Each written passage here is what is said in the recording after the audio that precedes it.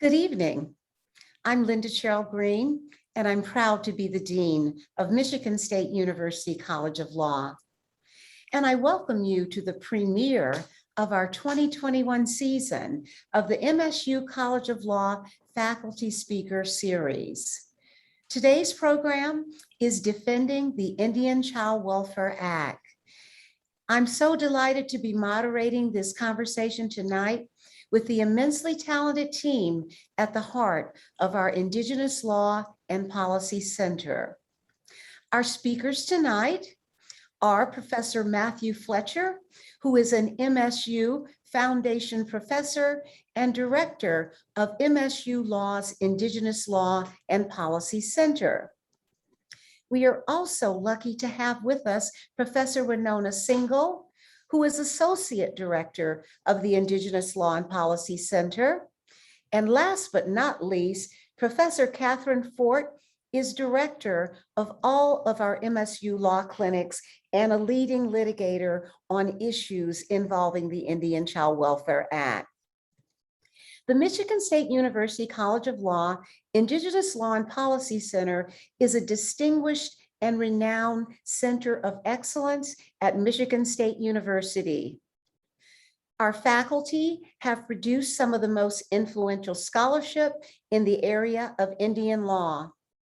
Our law students who have worked with the center have gone on to distinguished careers as experts, policymakers, and change agents. All serious conversations involving the Indian Child Welfare Act, tribal sovereignty, include our scholars from the Indigenous Law and Policy Center. Our RSVPs say that there are Indigenous Law and Policy Center alumni in our audience tonight. A special welcome to you. We are so proud of the work that you do. You're serving tribes and Native communities with commitment and distinction. And you're also in roles where you are making policy that will empower Indigenous people locally and nationally. We applaud your service. I also think and hope that there are a few prospective students here as well. Welcome to you. Please join our conversation and reach out to us at the College of Law with any questions you may have about your future as a lawyer. We have so much to discuss and we'll need every minute of our hour together. I will provide a brief introduction to the Indigenous Law and Policy Center and also introduce our distinguished speakers. And then Professors Fletcher, Fort, and Singel will share their insights on tonight's topic and also respond to the questions that our audience submitted in advance of tonight's talk. The Indigenous Law and Policy Center at MSU is one of the few law school programs that offer a certificate in Indigenous law. The ILPC provides future lawyers with a unique opportunity to study with leading scholar activists in this area. Our students have the opportunity to have one-on-one professional development with the most accomplished scholars and lawyers. And in turn, these experiences prepare them for career success with tribes, Native organizations, the federal government, and law firms. One of our distinguished alums is Brian Newland, who serves as Assistant Secretary of Indian Affairs, the highest ranking official for U.S. Indian law and policy affairs.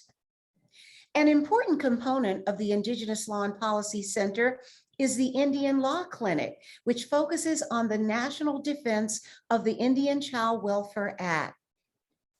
Under the skilled leadership of Professor Kathryn, students in the Indian Law Clinic conduct legal research and work directly with tribal attorneys and judges across the country.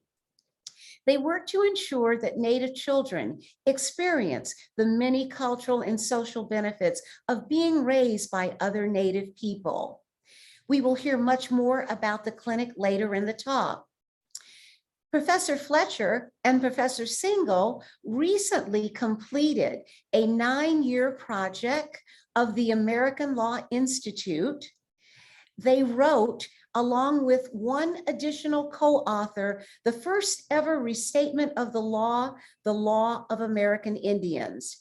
The American Law Institute's selection of Professors Fletcher and Singel to lead the restatement confirms their stature as leaders in legal academia. After 25 project drafts, their final draft earned unanimous approval by the ALI membership at the annual meeting.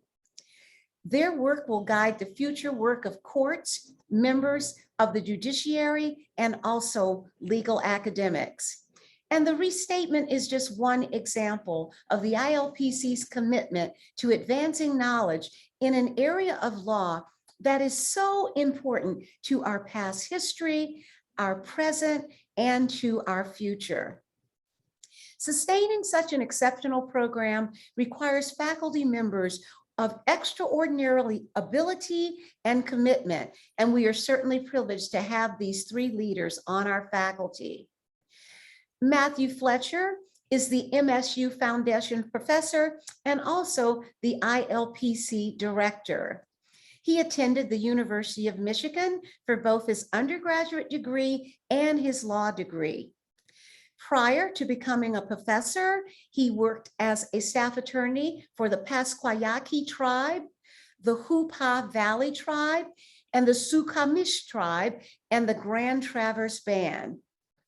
Professor Fletcher's influential scholarship has been cited by many. He's been cited by the US Supreme Court, by federal, state, and tribal courts.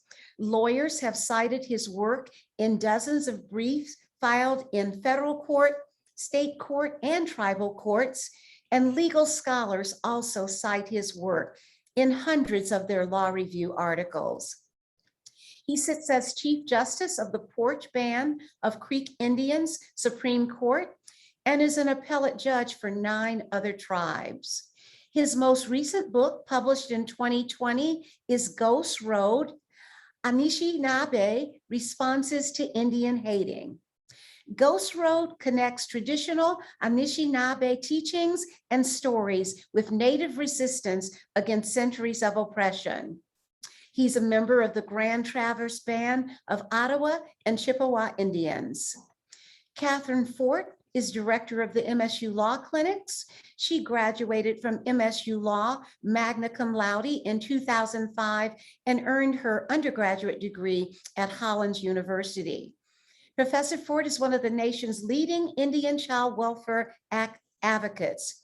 She founded MSU Law's ICWA appellate project in 2015 and has been involved in nearly every consequential Indian Child Welfare Act appellate case in the country, including the current case in the Supreme Court, Brackeen versus Holland.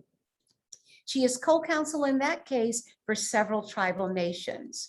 She has published articles on land claims and on the Indian Child Welfare Act in academic journals, and also authored American Indian Child Welfare and the Law, which was published in 2019 by Carolina Academic Press. She recently earned the 2021 Tecumseh Peacekeeping Award from the American Indian Law section of the Michigan State Bar. Professor Wenona Singel, who earned both her undergraduate and law degrees from Harvard, is Associate Director of the Indigenous Law and Policy Center. She is an enrolled member of the Odawa Indians, and from 26 to 29, she was president and a board member of the Michigan Indian Judicial Association. In 2012, President Barack Obama nominated her to the advisory board of the St. Lawrence Seaway Development Corporation. And listen to this, the Senate confirmed her by unanimous consent. She held that position until 2017. From 2019 to 2021, she served as deputy legal counsel to Michigan's Governor Gretchen Whitmer, advising the governor on tribal state affairs. Professor Singel was the first tribal citizen in Michigan's history to hold that position. The governor recognized her critical contributions to the rebuilding and strengthening of tribal-state relations with the Executive Office of the Governor Employee Award. From the bottom of our hearts, the MSU law community thanks Professors Fletcher, Singel, and Fort for their service and also for their time tonight. Now, I invite them to take the virtual floor and educate us all on their important work.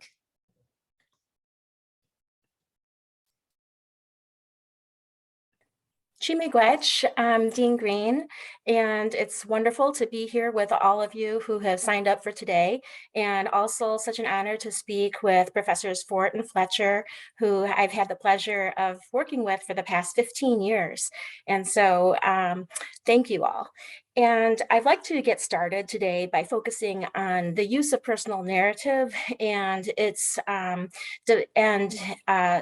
a strategy for describing the context within which the Indian Child Welfare Act was adopted by Congress, and also to explain how the removal of Indian children and their placement into foster care and adoption is just the latest reincarnation of the original policy of Indian removal, which I call Indian Removal 4.0. And so let's get started. First, I want to explain that I use narrative, not because this example drawn from my own family history is exceptional in any way, but rather because it's representative. And so I recognize that this is a shared experience by so many Native families across the nation and here in Michigan. And I want to, pay respect to those who have experienced the similar patterns of removal in their families.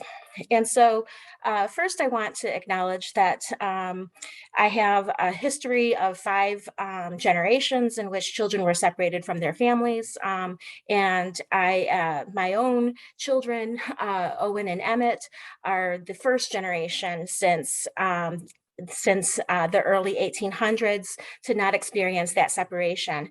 And so that, of course, weighs heavily on me as a mother, and certainly imbues in me a desire to do everything I can to be the best parent possible.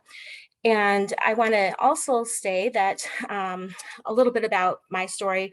When I was young, my younger sister was lost to adoption.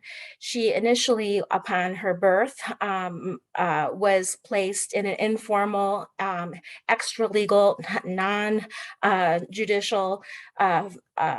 foster home by her church in Detroit. My mother fought to get custody of my sister returned when she was a newborn. After several months, she was successful.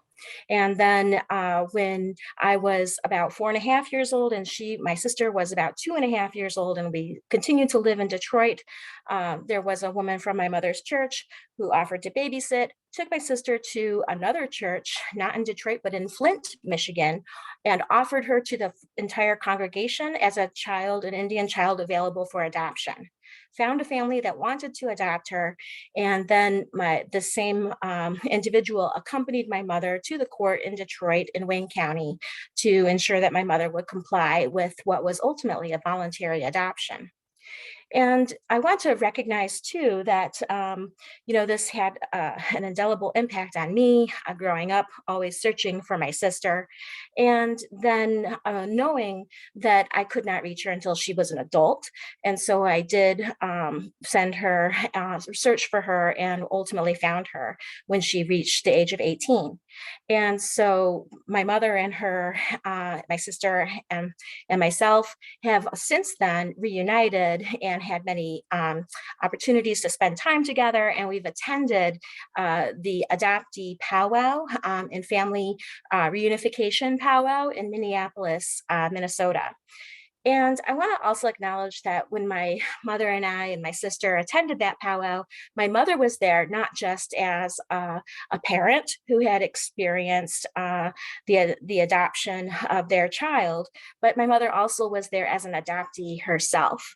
And in fact, she, along with four of her siblings, were all removed upon their births in the 1950s. My mother was born in 1953 in Detroit to her parents, who were both native from Michigan tribes, and Catholic Social Services adopted each of them.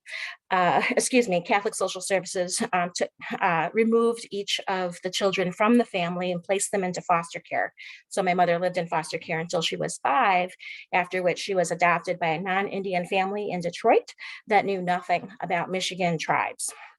And so I also want to acknowledge that this is a pattern that has existed, that we see repeated throughout the country in the 20th century. And I, for example, wanted to know more about the history of my own mother's adoption, asked my grandmother for the legal paperwork that must have passed hands at the time of that adoption. And my grandmother laughed and said, no, in fact, there was no legal paperwork. They just gave my mother to her without any judicial process. And in addition to that, when my grandparents who adopted my mother took custody of her, they were actually not home when Catholic Social Services came to their home in Detroit to leave her with them. So my mother was left at a neighbor's home as a 5-year-old who really did not know anything about where she was or what kind of life she was about to lead with this new family. And so I say that because these are examples of the fact that there has been a history of widespread removal of Native children from their families and placement into foster care and placement into adoption in white families, with little to no due process, as both my sister experienced when she was placed into an informal foster care home as a newborn, and as my mother experienced. But in addition to that, I also want to reflect on the fact that there's a long history in our families, in Native families, including my own, of removal and dispossession.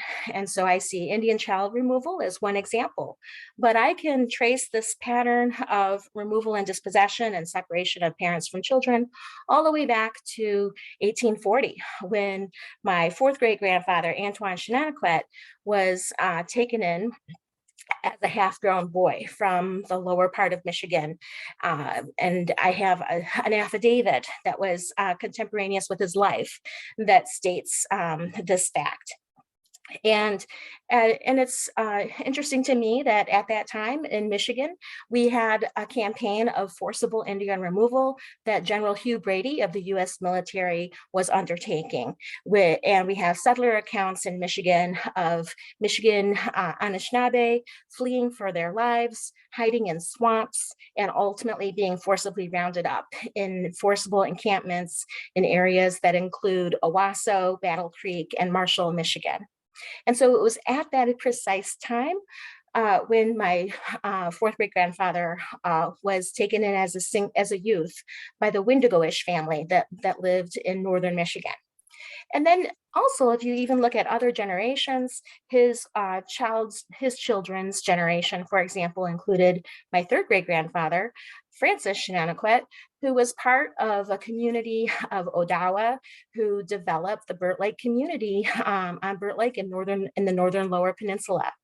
And what's fascinating is that this community of Native individuals actually founded Burt Lake Township, and they held their own elections under state law.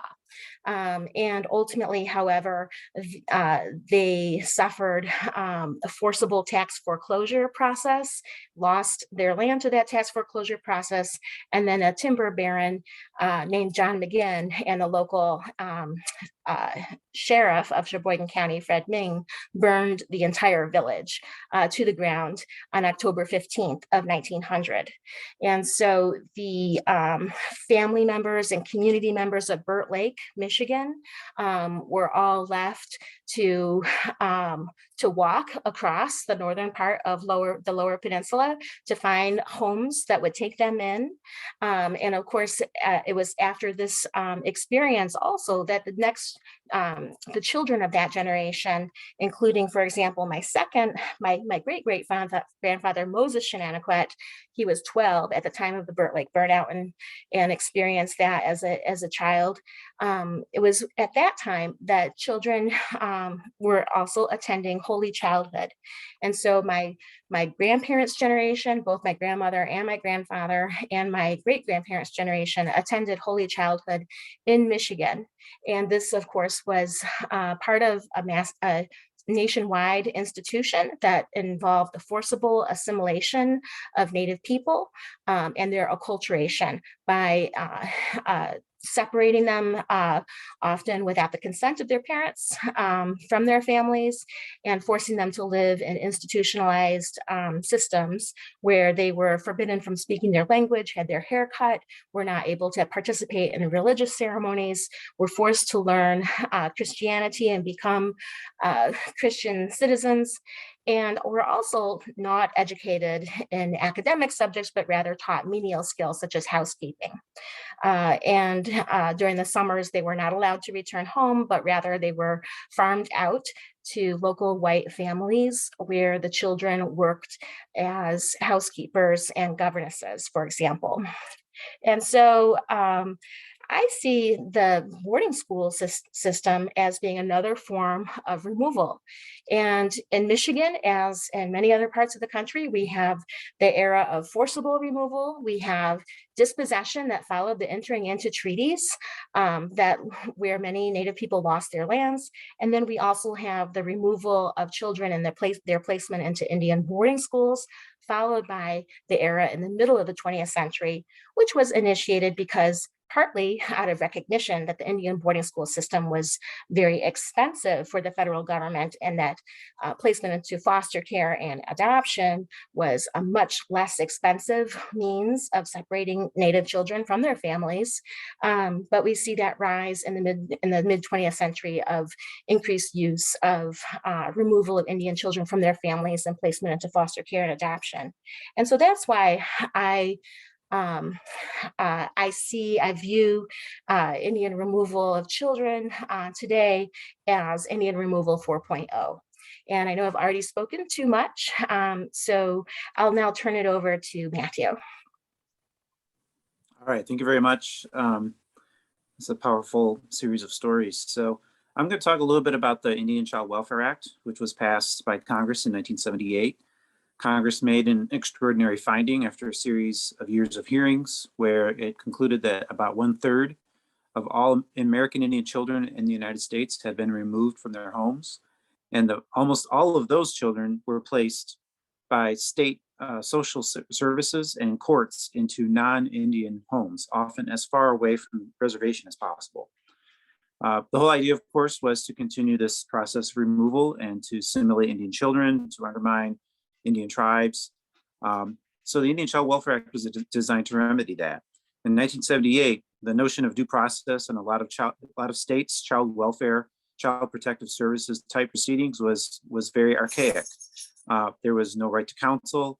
Very often there was no notice that was provided to families, parents who had their children removed. They were not allowed to participate in court hearings about the fate of their children and their families. It became, according to Congress, for Indian children anyway, the child welfare process was a wholesale removal of children, leading immediately to adoption out as soon as possible. So ICWA provides a lot of those due process requirements. There is a a right to counsel. Tribes are allowed to intervene. Tribes must be noticed. Tribal court jurisdiction is respected. It is considered presumptive if the child is domiciled out of the reservation, and it is exclusive in tribal court if the child is domiciled on the reservation. I won't go into too much detail about the Indian Child Welfare Act, but I will say this. The part of the reason we want to speak today is that Singel and I have a paper that is, I'm going to put a link in the chat in case you're interested in downloading it. called the Lawyering the Indian Child Welfare Act. ICWA is extraordinarily hard to enforce. Almost all the cases are in state court. They are family court proceedings. They are often closed, depending on which state you're in. Notice is often illegal under some state laws. Like you're not actually supposed to tell people that these cases are pending. You're not supposed to talk about those cases. So a lot of states are reluctant to notify tribes, and sometimes in some instances, very recently out of Rapid City, South Dakota, parents of children who had been removed by the state were not noticed or allowed to participate in those cases.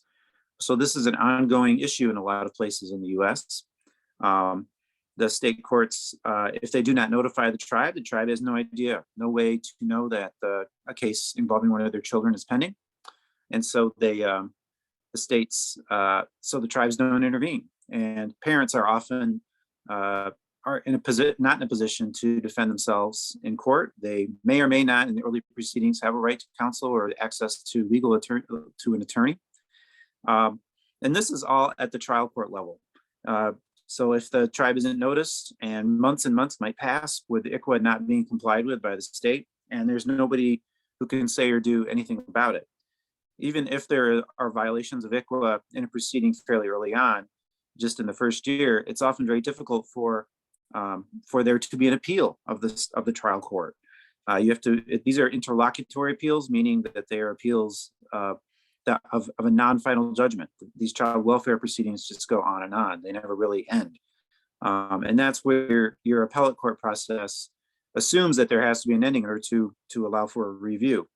And so the parties who are claiming, so it could be the tribe, could be the parents, could be others who are claiming that ICWA has been violated, have to seek special special permission to seek review of these cases.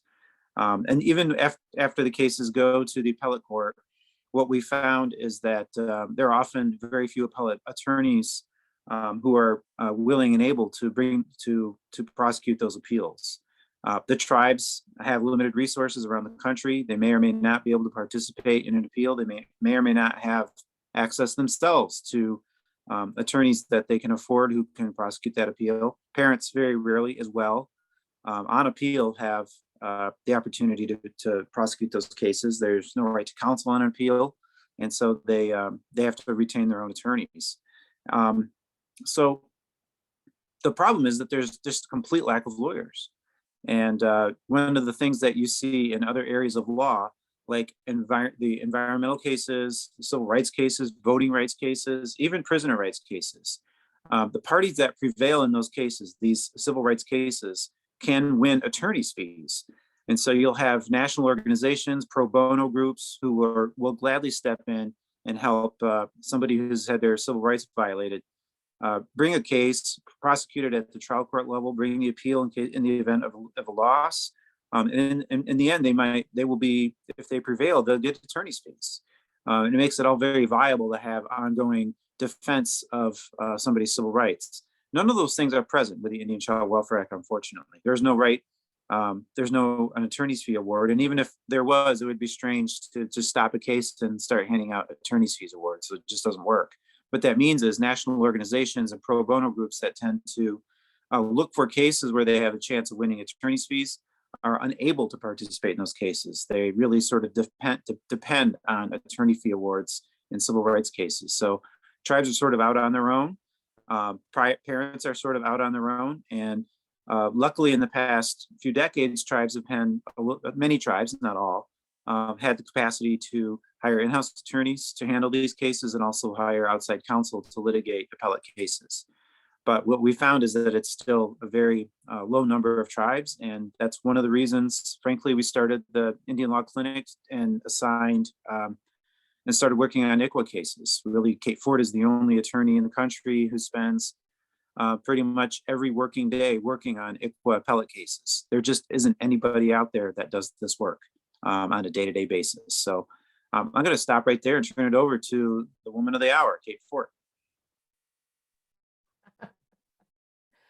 Well, thanks. That was nice. I just wanted to say I've been sitting here inappropriately smiling, which is, we've been talking about this serious stuff, but I'm looking at the names on the list of people who are here, and it's so great to see so many, so current students, former students, and then also our colleagues who have spent their evening here. And it means a lot at 6:30 at night on a Zoom that you took this hour, out of your evening to come and listen to us and talk to us. And anyway, lots of you that I miss on there, and it's nice to see your names. So thanks for being here.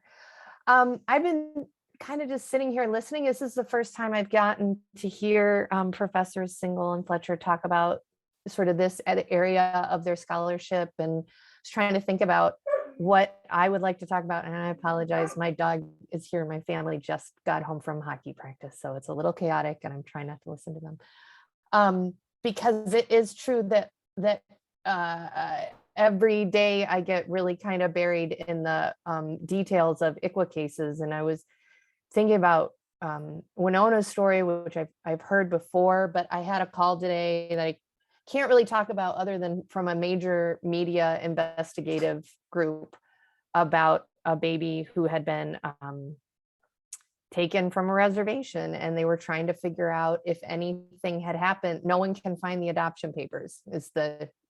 No one can track how this baby was taken. And I was thinking, and this would have been in the last 1 to 3 years, in the last 3 years. So I was thinking about how important ICWA is, and yet how this is still sort of, as Matthew was talking about, really hard to enforce. So the reporter was trying to understand how they could investigate, what could they look at, what would even be open to them to figure out where those papers are. It's in a state that happens to have super closed very, very closed adoptions. And the child lived on tribal land, and can they talk? So just all these very high barriers to determining what clearly has to be a violation of the Indian Child Welfare Act, given that the mom herself was saying she had never gone to court or consented to the adoption. So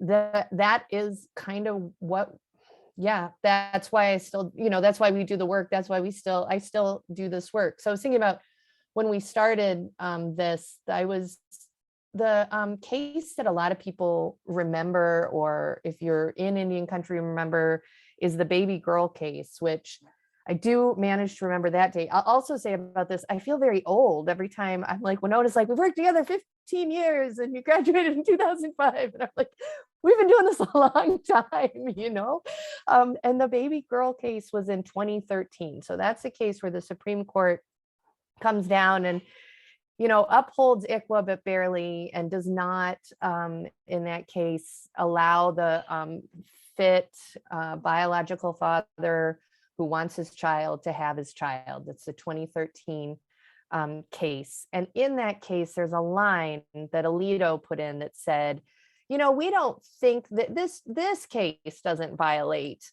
equal protection, but if the facts were different, then ICWA might be unconstitutional. And it has basically kind of felt like a race since then in both state and federal court to just knock down kind of constant assaults on the law, on the constitutionality of the law, on applying the law.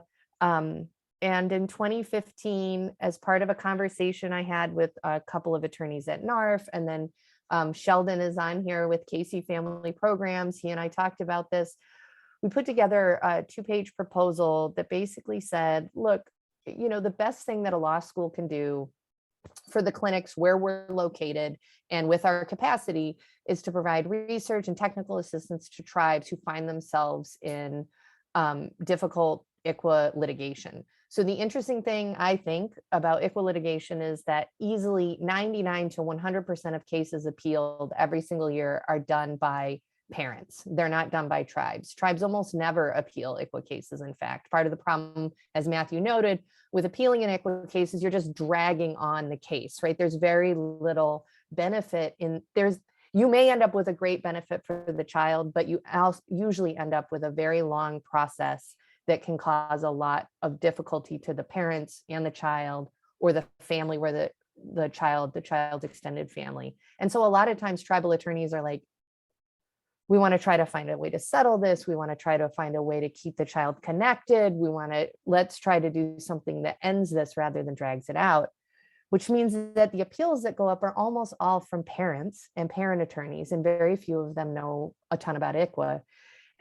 And there's no built-in mechanism. There may be a built-in mechanism, there is, for tribes to receive notice of trial level cases, but there's absolutely no built-in mechanism for tribes to receive notice of appellate cases. And it also happens that I like researching and I like writing and I enjoy appeals. So it matched both what I feel that I'm good at with what we could provide to particularly in-house tribal counsel. When a tribe has a tribal in-house attorney, we can provide them with all the ICWA cases in their state, right? Like they have a case, it's talking about a particular issue on ICWA. We can provide them with draft language, with research, with cases. We can get Westlaw, we can provide that information to them.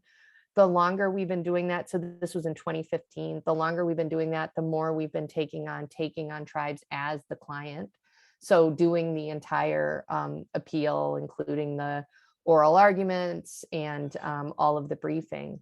But one of the reasons why this happens a lot, we won't find out about a case until there's a Court of Appeals decision. And I get an alert in my email that there was a Court of Appeals decision, and I send it to the tribe and say, did you know about this case? And they'll say no. And then we end up appealing it to the state Supreme Court rather than hopefully having dealt with it at the Court of Appeals. So it's a process, and it's a lot of relationship building. And so that's why it's so great to see all of these graduates in this attendee list, because the graduates that we send out, the number of them that have gone on to practice ICWA or be in-house has been just so lovely to see.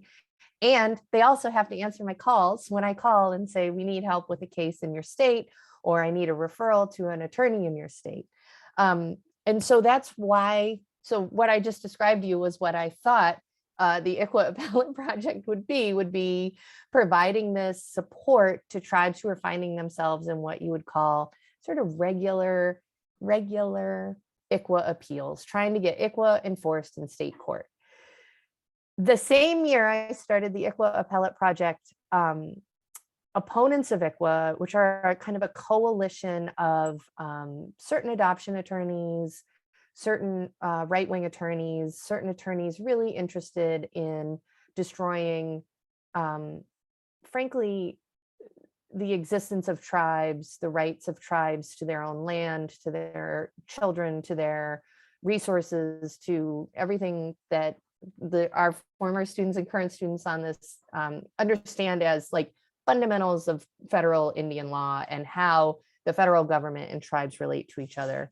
And a sort of group of odd bedfellows when you think about kind of adoption attorneys and sort of right-wing anti-tribal attorneys coming together to bring a large number of federal cases claiming that the Indian Child Welfare Act is unconstitutional.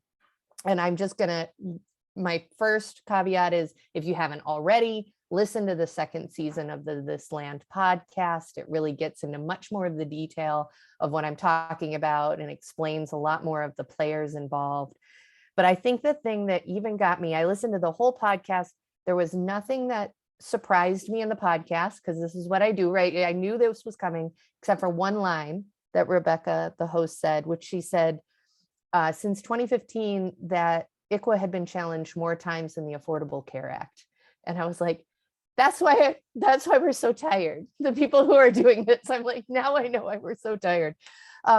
We've been sort of batting down federal cases all over the place. I really never thought I would be a federal court practitioner. Spent a lot more time learning about motions for summary judgment and motions to dismiss and all sorts of federal practice that I didn't think I would end up doing.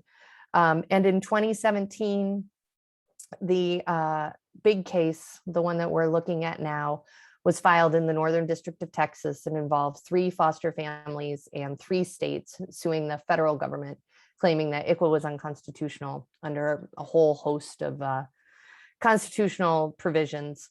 When that happened, until that point, a lot of the federal cases had not directly involved tribes. It had again been sort of foster families or private agencies suing the federal government and saying, this is what's unconstitutional about ICWA.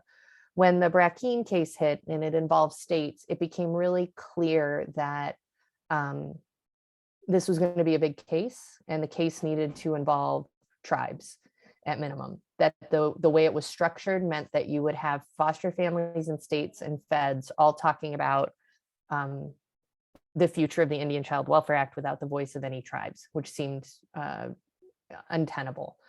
So we identified 4 tribes were willing, frankly, to pay a law firm and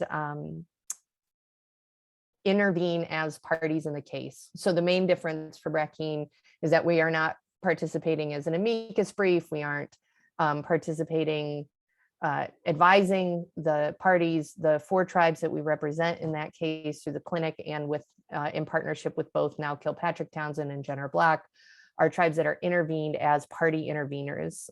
They are the Cherokee Nation, the Morongo Band of Mission Indians, the Quinault Indian Nation, and the Oneida Indian Nation.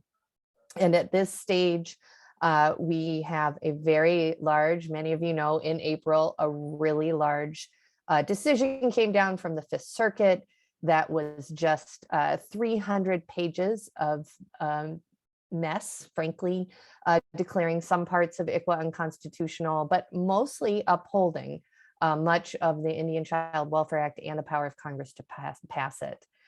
On September 3rd, 4 cert petitions to the US Supreme Court were filed. The federal government, the state of Texas, the foster families, and the 4 tribes all filed cert petitions asking the court to say that either ICWA is fully constitutional or ICWA is fully unconstitutional.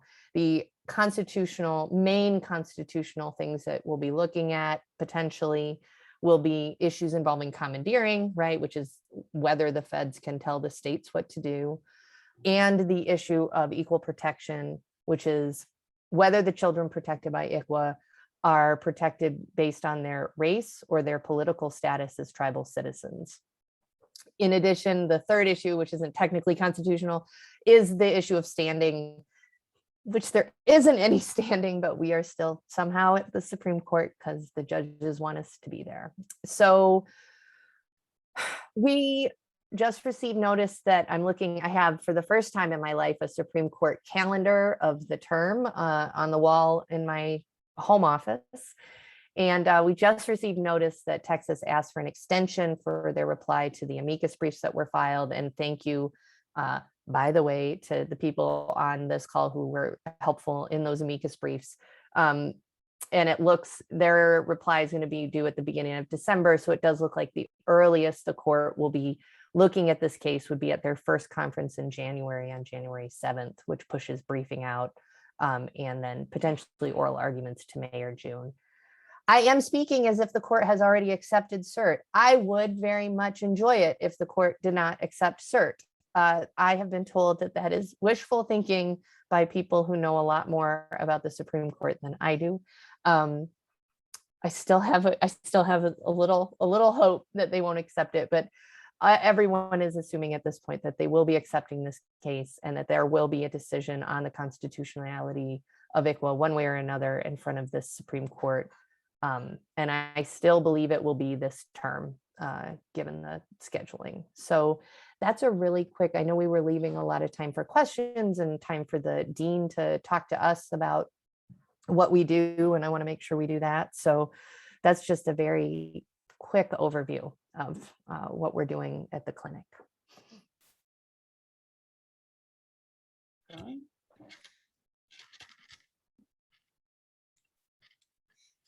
Well, thank you for providing such important and also detailed information. It was particularly profound that Professor Singel set the stage for this legal dialogue with her intergenerational narrative that makes clear the relationship of the longstanding policies supporting the removal of Native children from their families to the broader policies and violence that sought to remove Indigenous people and culture from their land. I know that you have many questions. We are going to prioritize those that were submitted in advance. And I'll start with a question for Professor Fort. The question is, I know the clinic started ICWA appellate project a few years back. Can you tell us what that project looks like now? Big picture, the 30,000 feet perspective on the project. Yep. So what we do now is we are representing tribes in both state and federal courts. So I think we're doing even more than we were before. So when we started, I think the main difference was people would call for it with sort of quick questions or call a lot to find attorney. I still do this, by the way. These students know this. Find attorneys. One of the hardest things about an ICWA case is that the family may be in a court case in a state far away from the tribe. So I recently got a request from a tribe in Minnesota looking for an attorney in Texas on a case involving one of their children in Texas. So one of the things that we're able to do at the clinic is that kind of networking, and I just start pinging people. But I would say that even more now, what we're doing is the direct representation of tribes in cases. So for example, during the quarantine, during COVID, we represented the Chickasaw Nation in the Colorado Supreme Court, and we represented the Central Council of Tlingit and Haida Indian Tribes of Alaska in the Washington Supreme Court, in addition to the federal lawsuit I mentioned. And then now also we have a second federal lawsuit where we represent the Cherokee Nation, the Yurok Nation, and California Tribal Families Coalition to try to force the federal government to collect data on the children, Native children, and to collect data on Native children in foster care, as well as collect data, what we call SOGI data, or sexual orientation and gender identity data, which are our co-defendants in that case. So I would say the big difference is we have really kind of leaned in with more experience to doing the litigation directly. And that answer is maybe a partial answer to a second question, which was, apart from Brackeen, what work has the Indian Law Clinic done surrounding ICWA? I think you may have answered some of that. Tribal child welfare and policy issues. I wonder if you would add anything. Perhaps the policy issues might refer to legislation or regulatory intervention. Perhaps say something about that.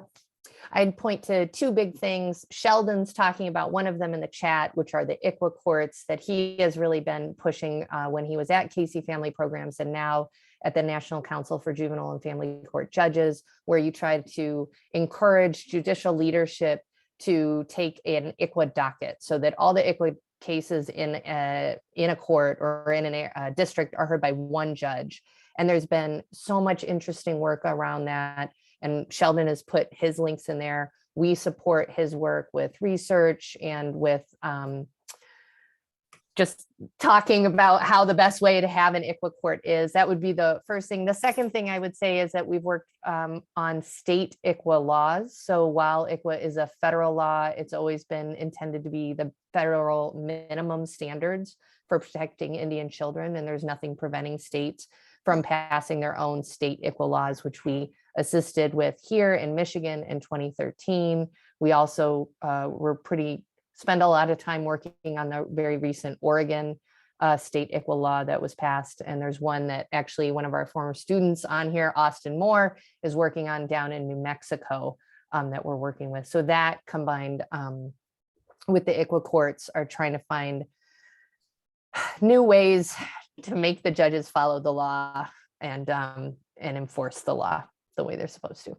Great. Professor Singel, would you add anything to that impressive list of projects?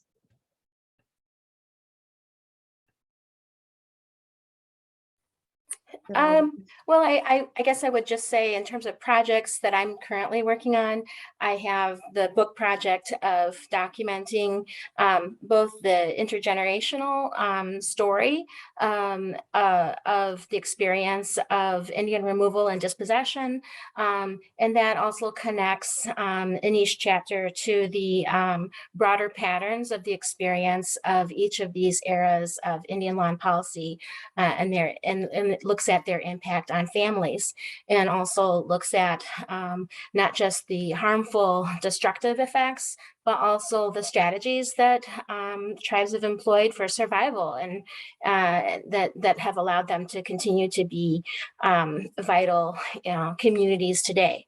So that's a project. And then also I've been working on scholarship with Matthew as well. So we have a paper coming out in the Michigan Law Review on lawyering the Indian Child Welfare Act. And so that's another project. And it looks at the many of the challenges that exist related to being an advocate in the context of ICWA. And Professor Singel, I wanted to ask you, there, of course, has been a lot of discussion about the relationship, for example, between narrative and personal narrative and stories and an understanding of law and a critique of law. I wonder, maybe you could say a little bit about your methodological approach there. Why stories, why narratives, what role do they play in the work that you all are doing? Right. Well, I certainly am someone who benefits from a lot of the leading work of those in lat crit and critical race theory who have employed narrative as a means, as a method of describing the impact of law and policy on people, on communities that are often marginalized. And so I think that it's a powerful tool that conveys the human aspect that is experienced in an intimate way in the family. And so I really, so that's appealing to me, but also it's appealing to me because it's healing. It's healing for me, for example. It's very, it's been a process of a series of revelations for myself, because having grown up in a family that had experienced adoption in 2 generations, I had always wanted to understand more about the families, our biological ancestors, and that wasn't information that was available when I was young. So it's been very healing to be a part of that process.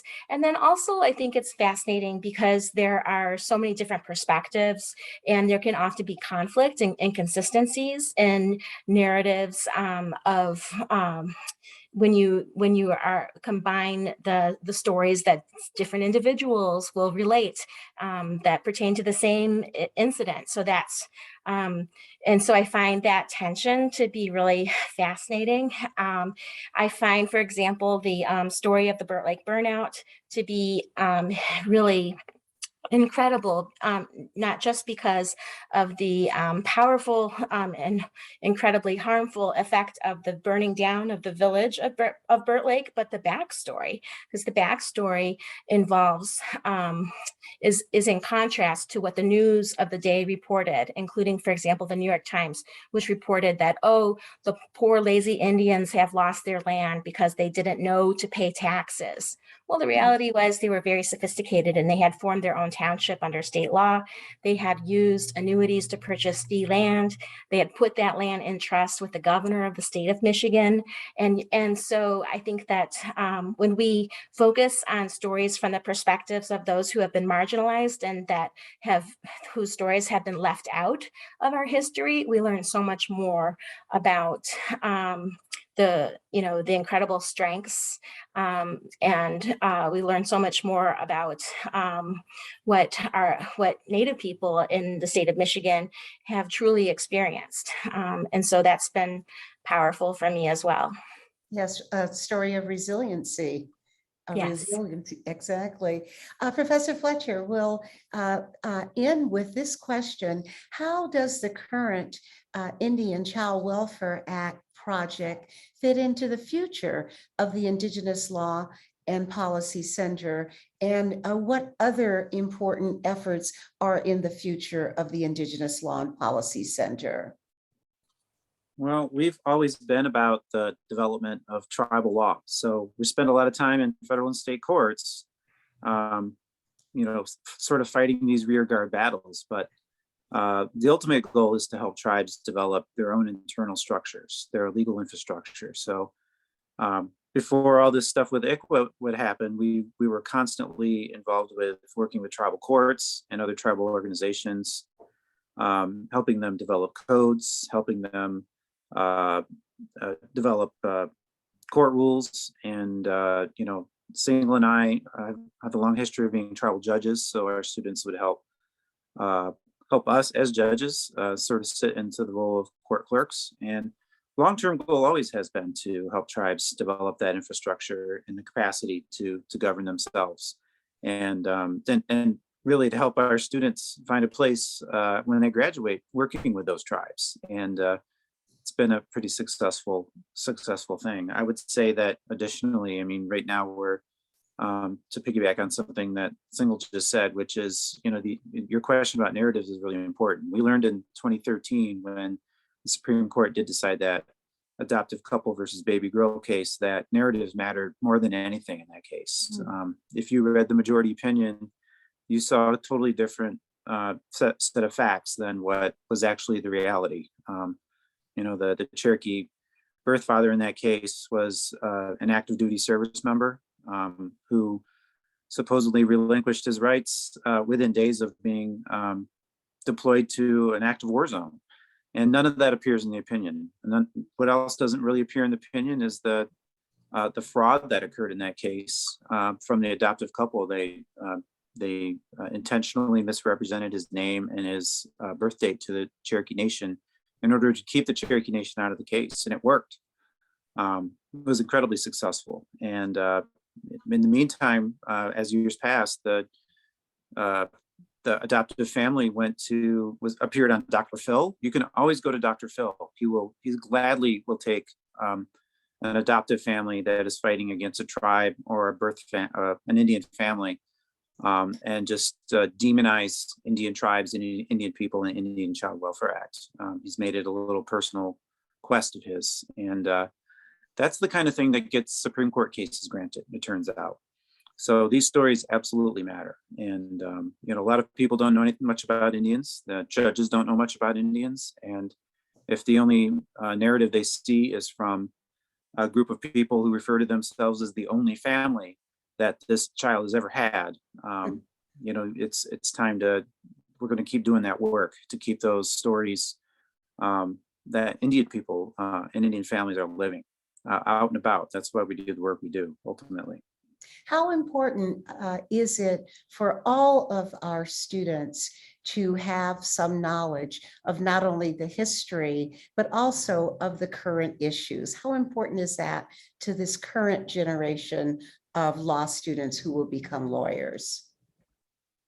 It's absolutely critical to know that that race matters. And, the last few years, you've seen a lot of people grasping for some sense of understanding and context. And Native people the country is built on the backs of slaves and Indian people. And that's something that everybody should know. And just as a pragmatic matter, you live or work in a Midwestern community. This is Ojibwe, this is Anishinaabe territory. You're going to end up doing an Indian law project, whether you like it or not. If you live west of the Mississippi, sooner or later, you're going to come across an issue. It might be family law, it might be tax, it might be contracts or torts, but there's something that's going to involve Indian law. And sure, you can always call up your professor and say, hey, help me out. And, we'll try to do what we can. But those questions are going to come up, and you should know a little bit. You should know where to ask. You should have some semblance of it. Don't be surprised. It absolutely will happen. Indian gaming is a $35 billion a year industry. Tribal governments are managing billions and billions of dollars of governmental activity and commercial enterprises all around the country. The tribes that are engaged in trying to help assert treaty rights and try to save the environment and stop climate change are here to protect everyone. And you need to know about that. That's fantastic. Well, time really flew, and I know I share the view of the audience that we could listen to you all night, but we only reserved an hour for the conversation, so we will conclude. I know that all of us are signaling our appreciation for speaking with us tonight and appreciate all that you do. I know that you work probably 24/7, 365 on these issues. And we really appreciate the fact that you took the time to talk to us. We look forward to more installments in this lecture series, so please keep an eye out for more conversations with our faculty experts. In addition, I've been asked to invite you to join the Texas Alumni Chapter for a post-event discussion immediately following tonight's event at 7 p.m. Central Time, 8 p.m. Eastern Time. We will be continuing the conversation on the Zoom meeting listed in the chat. So come and mix and mingle with your fellow alumni. So you should have that information in the chat. So please do keep in touch. Please find ways to support with your work and with your dollars the work of our Indigenous Law and Policy Center. Stay in touch, have a great night, and go green.